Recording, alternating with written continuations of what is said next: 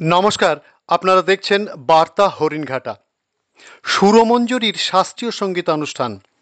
আজ হরিণঘাটার সাধারণ পাঠাগারের পাঠভবনে অনুষ্ঠিত হলো একটি উচ্চাঙ্গ সঙ্গীত অনুষ্ঠান। বিকাল 4টা থেকে রাত 10টা পর্যন্ত চলল এই অনুষ্ঠান। মূলত তবলা গুরু সুকুমার মৈত্র ও নৃত্যগুরু সৃজন কুমার এর স্মরণে এই শাস্ত্রীয় ও উপশাস্ত্রীয় সঙ্গীতানুষ্ঠানটি অনুষ্ঠিত হয়, যার পরিচালনায় ছিল সুরমঞ্জরি সংস্থা। আয়োজনে ছিল শ্রীকান্ত মণ্ডল। যে সমস্ত শিল্পীরা আজকের অনুষ্ঠানে অংশগ্রহণ করেছিলেন তাদের মধ্যে ছিলেন অভিষেক গোস্বামী, অর্ক সিংহ রায়, দ্বৈত তবলা লহরাতে সৈকত বালা ও দেবার্ঘ ঘোষ, একক তবলায় অনুপম প্রামাণিক, সৌম্যদীপ সেন, হারমোনিয়ামে সন্দীপ সেন ও সঙ্গীতে রিঙ্কু ঘোষ। বিশিষ্টজনের মধ্যে উপস্থিত ছিলেন হরিণঘাটা পৌরসভার চেয়ারম্যান দেবাশিস বসু, হরিণঘাটা মহাবিদ্যালয়ের প্রাক্তন অধ্যক্ষ ডক্টর রবীন্দ্রনাথ মৈশাল, বিশিষ্ট সঙ্গীত শিক্ষাগুরু মদনমোহন সিংহ রায় সহ বিশিষ্ট শাস্ত্রীয় সঙ্গীত অনুগামীরা। রিপোর্ট ও ক্যামেরা, বার্তা হরিণঘাটা।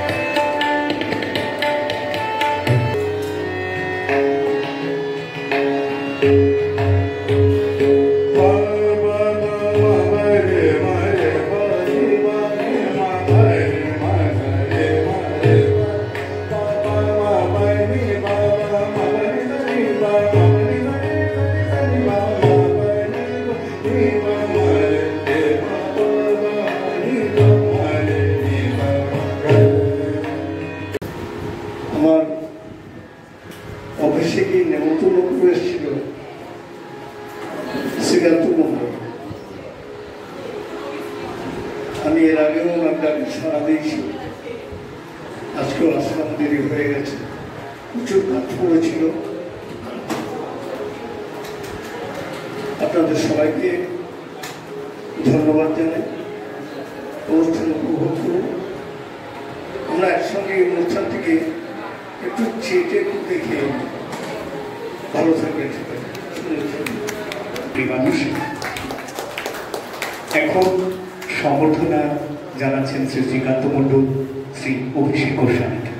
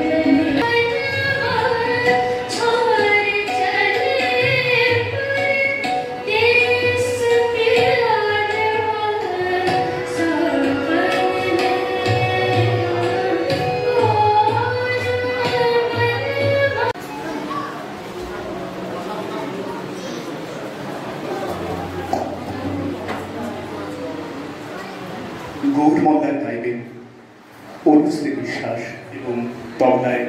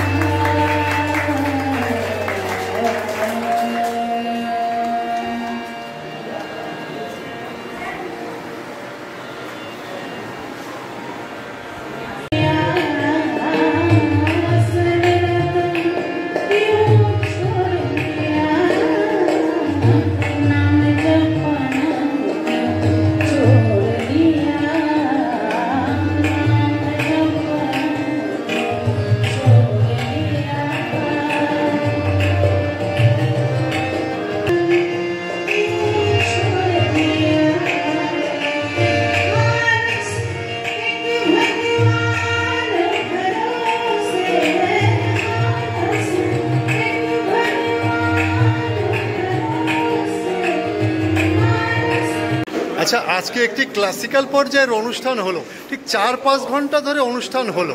তাই ক্লাসিক্যাল অনুষ্ঠান শোনার জন্য বা বর্তমানে আপনার বক্তব্য কী, বা আপনি কোন পরিবেশটিতে বা পরিস্থিতিতে নিচ্ছেন ব্যাপারটা? হ্যাঁ, 4-5 ঘন্টা মানে ঠিক 4টে থেকে শুরু করেছি আমরা অনুষ্ঠান, আর এখন তো 10টা পার হয়ে গিয়েছে। একেবারে পিওর ক্লাসিক্যাল অনুষ্ঠান করার চেষ্টা করেছি আমি মাত্র, কারণ আজকাল ক্লাসিক্যাল সঙ্গীত মানে হয়ই না, বেশিরভাগই লাইভ অনুষ্ঠান হয়। আমি সবসময় চেষ্টা করেছি যে শাস্ত্রীয় সঙ্গীত হচ্ছে সত্য সঙ্গীত, এই সঙ্গীত প্রচার ও প্রসারের জন্যে আমি আমার জানও দিতে পারি, সেইভাবেই চেষ্টা করেছি। আমার ছাত্রছাত্রীরা এবং আমার বন্ধু যারা সব এসেছেন এখানে অনুষ্ঠান করেছেন, তারা যথেষ্ট ভালো অনুষ্ঠান করেছেন। আর আমি এইভাবেই চাইব যে প্রতিবারই এই শাস্ত্রীয় সঙ্গীতকে আরও যাতে প্রসার হয়, প্রচার হয়, সেই চেষ্টাই আমি চাই। 4-5 ঘন্টা ধরে তো অনুষ্ঠান চললো, এই শাস্ত্রীয় সঙ্গীত দর্শকদের মনে কতটা এফেক্ট করলো? শাস্ত্রীয় সঙ্গীত যদি ঠিক মতো করা যায় তাহলে দর্শক ঠিক কানে যদি সুর পৌঁছে দেওয়া যায় তাহলে নিশ্চয়ই দর্শক থাকবে, তবে দর্শকের ধৈর্য কম। সেই জন্যে এই শাস্ত্রীয় সঙ্গীতের অনুষ্ঠান তো দীর্ঘমেয়াদী, একটা অনুষ্ঠান করতে গেলে মিনিমাম 1 ঘন্টার সময় লাগে। সেই 1 ঘন্টার সময়টাই এই শ্রোতারা দিতে চায় না, যার জন্যেই শাস্ত্রীয় সঙ্গীতের শ্রোতার সংখ্যা কম থাকে। এই অনুষ্ঠানটা কোন সংস্থা থেকে অর্গানাইজ হলো? এটা সুরমঞ্জুরি, আমার সংস্থা হচ্ছে সুরমঞ্জুরি। আপনার নাম পরিচয়টা একটু বলুন। আমার নাম শ্রীকান্ত মণ্ডল, সুরমঞ্জুরির অধ্যাপক। ধন্যবাদ আপনাকে।